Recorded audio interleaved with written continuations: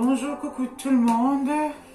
Donc, je suis Princesse Coquetterie, accompagnatrice des femmes en attente de grâce maritale, c'est-à-dire des femmes qui sont dans le concubinage et même des femmes célibataires. Je suis également accompagnatrice des femmes en souffrance dans le mariage.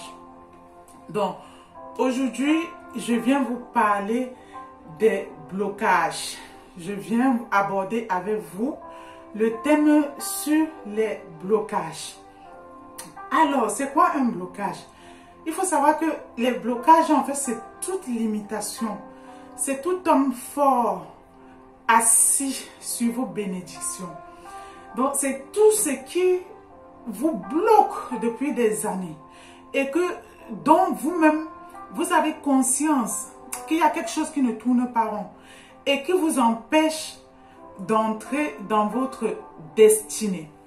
Ça peut être le blocage au niveau professionnel. Ça veut dire, vous vous êtes battu par exemple pour aller à l'école, pour faire des formations, mais vous ne trouvez jamais du travail. Même lorsque vous réussissez en fait à avoir un entretien professionnel, à la dernière minute, le futur employeur, il vous appelle pour vous dire « Ah, on est vraiment désolé monsieur » ou « On est vraiment désolé madame ». Ça, c'est le blocage professionnel. Il y a les blocages, je dis, blocage de destinée maritale. C'est quoi le blocage de destinée maritale? Vous allez observer en fait dans certaines familles, sur plusieurs générations, vous allez voir des belles femmes, des belles filles qui travaillent, une famille vraiment où il y a de la bienveillance, les gens parlent avec respect, tout le monde les respecte au quartier. La maman est respectée, le papa est respecté. Mais toutes les femmes de cette famille-là sont toujours à la maison avec les parents. C'est-à-dire, elles n'ont pas, ce n'est pas question de ne pas avoir la chance de se marier, c'est juste qu'il y a un homme fort, quelque chose qui bloque leur mariage, leur destinée maritale. Donc, vous allez voir même dans certaines familles, certaines même qui parviennent même à aller même en mariage, tout cela se solde très rapidement par un divorce. Donc, on appelle ça le blocage du point de vue marital. Il y a des blocages de vos finances. Donc, vous allez beau avoir un travail. Vous allez beau avoir des opportunités qui vous font en fait des entrées d'argent. Mais, ce qui se passe, c'est que vous n'arrivez jamais dans vos affaires à pouvoir en bénéficier de cet argent-là. Ça veut dire que vous pouvez gagner des marchés si par exemple, vous faites par exemple comme dans l'entrepreneuriat, vous gagnez des collaborations, vous faites des trucs. À la dernière minute, quand les virements veulent se faire, il y a quelque chose qui se passe, soit les clients annulent, ou si par exemple vous faites les affaires, par exemple il y a des gens qui font l'import-export, par exemple comme on est en France, France-Cameroun, soit quand les marchandises, une fois arrivées, par exemple comme au Cameroun, les personnes n'arrivent pas à les vendre. Il y a aussi un type de une sorte de personne, même lorsque elles parviennent même à avoir cet argent-là, subitement, elles sont comme aveuglées par un esprit qui fait que l'argent est orienté sur tout, sauf pourquoi l'argent était prévu.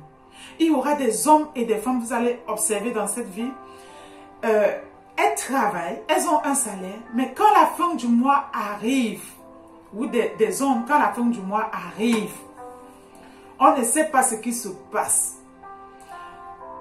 Tout va être dilapidé, sauf payer les factures ou même sauf faire des choses essentielles qui étaient normalement prévues. C'est ça donc qu'on appelle le blocage financier. Donc il y a comme un homme fort, un esprit fort qui fait que dès que vous êtes ce genre de personne et que vous touchez à l'argent, vous ne savez plus comment orienter vos dépenses, vous ne savez plus comment les gérer correctement. Et tout ça, ça se divague. Et c'est quand justement l'argent finit que vous réalisez que, ah, en fait, j'avais les factures à payer, en fait, j'avais mon loyer à payer, en fait, il était prévu que je fasse tel projet ce mois, ou en fait, je devrais mettre un peu d'argent de côté, ou en fait. C'est ça qu'on appelle les blocages financiers. Et les blocages financiers, si vous pouvez observer ça chez certaines personnes, même si vous les aidez, vous donnez des millions, elles ne font rien avec cet argent-là. Elles tournent à rond avec cet argent-là. Elles mangent ou on ne sait pas où. Elles offrent la bière à toutes les personnes du quartier qui passent. On ne sait pas ce qu'elles font de cet argent-là. Et ce sont des personnes qui ont toujours de très beaux projets. Mais des projets qu'elles ne financeront jamais par elles-mêmes. Elles vont mobiliser l'entourage qu'elles auront bien repéré pour que cet entourage finance le projet. Mais une fois qu'on leur donne l'argent, elles disparaissent. Quand vous voulez prendre les nouvelles du projet, ces personnes vont vous mentir. Et c'est une fois quand l'argent sera fini, qu'elles reviendront en elles-mêmes pour vous présenter le nouveau projet. Il y a un genre de personnes comme ça dans la vie qui ont eu trop d'opportunités et n'ont saisi aucune à cause des blocages de leurs finances. Donc, il y a des blocages aussi au niveau de la santé. C'est vrai, il peut arriver dans la vie qu'on ait eu des problèmes de santé comme ça qui arrivent. Ça peut arriver, hein, si on fait un accident par exemple où on a mal à la tête, on va parler quand même, parler de blocage spirituel.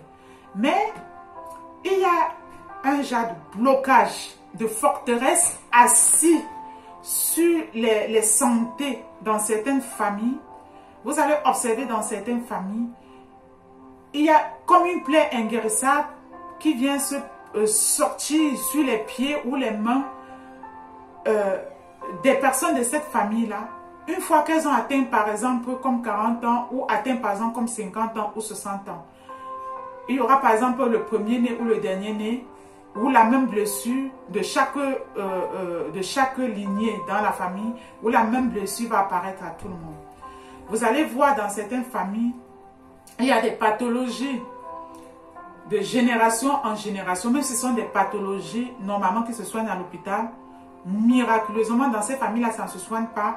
Et vous allez voir dans ces familles-là, il y a des gens qui vont avoir ces pathologies-là. Et on n'arrive pas à soigner et à un moment donné, quand ils atteignent un certain âge, cette pathologie-là les amène. Ça, c'est l'homme fort et assis et on appelle ça blocage sur le plan de la santé. Il y a aussi les blocages. Il y a les blocages en fait sur d'autres domaines. Par exemple, vous allez voir dans certaines familles, certains groupes de femmes, par exemple, comme par hasard, il n'y a que les premières filles de cette famille-là, de chaque, par exemple, si c'est une famille faite de plusieurs tantes et oncles, vous allez voir dans la maison de chaque oncle et chaque tante, une personne, les filles, les premières filles, qui sont atteintes de la stérilité. On appelle ça la sécheresse. La sécheresse. Parce que quand on parle de sécheresse dans la vie, c'est le manque d'enfantement. Il faut savoir pourquoi le but de ces blocages. Dans les blocages-là, généralement, ça peut être d'ordre spirituel. Ces blocages-là, ça vient faire quoi? Ça vient vous voler votre joie. Ça vient vous voler la santé, on a déjà évoqué. Ça vient vous bouffer, voler votre destinée. Ça vient faire que vous ne vivez pas la vie telle que lors de votre naissance, Dieu avait prévu pour vous. Vous passez donc votre vie à ce moment-là à vous lamenter. Ça vient vous plonger dans les lamentations, dans les pleurs. Ça amène certaines personnes même à être mendiants, à commander, alors que non, ça ne devrait pas l'être. C'est tout simplement l'homme fort des blocages. Donc, mais je viens aujourd'hui vous dire, là, moi, je me lève. Je viens aujourd'hui vous dire, vous devez vous lever. Vous devez vous lever, saisir la parole de Dieu. Vous devez apprendre à avoir une vie d'intimité avec votre Dieu. Vous levez et vous saisir de sa parole pour proclamer de votre bouche et chasser tout élément physique ou spirituel qui serait à l'origine de ces blocages-là. Parce que le monde est de plus en plus spirituel et il y a des personnes qui sont sans scrupules et justement qui ont une manière jouissive de voir leurs proches sombrer dans la détresse au niveau de la santé, au niveau des finances. Je vais vous expliquer pourquoi je vous parle de ça. Jusque-là, moi, je ne croyais pas. Mais un jour, alors que je faisais un aller-retour entre Seine-et-Marne et Paris, j'avais pris le direct qui me laisse à la gare de Lyon. Je ne savais pas, je ne croyais pas aux choses spirituelles, aux choses de ce genre. J'étais donc assise auprès d'une dame et d'un monsieur. Et la femme, apparemment, son frère voulait se marier. Il voulait se marier avec une fille que ça faisait un peu longtemps, ils étaient déjà ensemble. Mais la fille était en train, selon ce que moi j'avais compris, en train de dire au monsieur qui l'accompagnait qu'elle va tout faire, pour bloquer ce mariage et que ça n'aura pas lieu. Et elle expliquait donc qu'elle va contacter un marabout en Afrique et que ce marabout-là, selon son processus qu'elle expliquait, moi j'entendais seulement, il devait être amené même à prendre les aiguilles, hein, ou c'est pour pincer les poupées, pour faire quoi? Bon, elle expliquait un truc, pour attacher quoi. Elle expliquait un truc de ce genre. Curieusement, comme il n'y a pas de choses sans coïncidence, le lendemain, moi j'étais en train comme ça de me balader sur Facebook et je vois les photos d'une publication, quelqu'un que je ne sais pas, justement, avec un marabout qui avait fait jeter plusieurs objets, des personnes qui venaient le contacter et auxquels justement c'était écrit pour les blocages des couples ou pour serrer ou sceller les amours. Il y avait des poupées attachées et il y avait d'autres délires. Bref, c'était un délire comme ça que j'avais vu sur Facebook. Finalement, qui était en lien, en fait, sans que ces deux événements ne soient liés, donc sans que ces quelques minutes que j'ai eu à passer dans le train Paris-Seine-et-Marne ne soient liés avec l'événement, la photo que j'avais vue sur Facebook. Il y avait des traits similaires et les gens avaient commenté et tout ça. C'est là où j'ai compris que oui, donc effectivement, les gens pouvaient vraiment aller faire de telles pratiques. Donc, comme il en est ainsi, j'ai envie de dire à toute personne qui rencontre ce genre de situation et qui passe par ma vidéo, vraiment de se lever et de se saisir de la parole de Dieu pour proclamer et dire « Je ne veux pas de ces blocages dans ma vie ». Si c'est pour votre mariage, dites « Je me marierai ».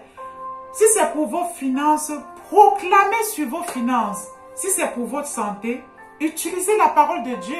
On a la Bible. Utilisez la parole de Dieu. Si vous êtes par exemple chrétien, vous lisez et vous allez voir que dans cette Bible-là, c'est mentionné justement les passages où vous pouvez utiliser pour proclamer sur les blocages, sur les événements que vous constatez dans votre vie qui ne vous réjouissent pas et que depuis des années, vous êtes comme si vous étiez attaché. Donc, vous devez vous battre. Vous devez prendre les âmes et pas n'importe quelle âme. J'ai dit de vous saisir de la parole. Vous devez identifier ces blocages dans votre vie. Si dans tout ce que j'ai dit, vous vous reconnaissez dedans, identifiez-les. Observez votre vie. Vous regardez si ça se passe normalement. Si ça se passe comme dans l'ordre des choses. Parce qu'avec tout ce que j'ai dit, normalement, quelqu'un qui a une vie normale, on ne dit pas d'être millionnaire ou milliardaire ou d'être je ne sais pas qui, mais quand tu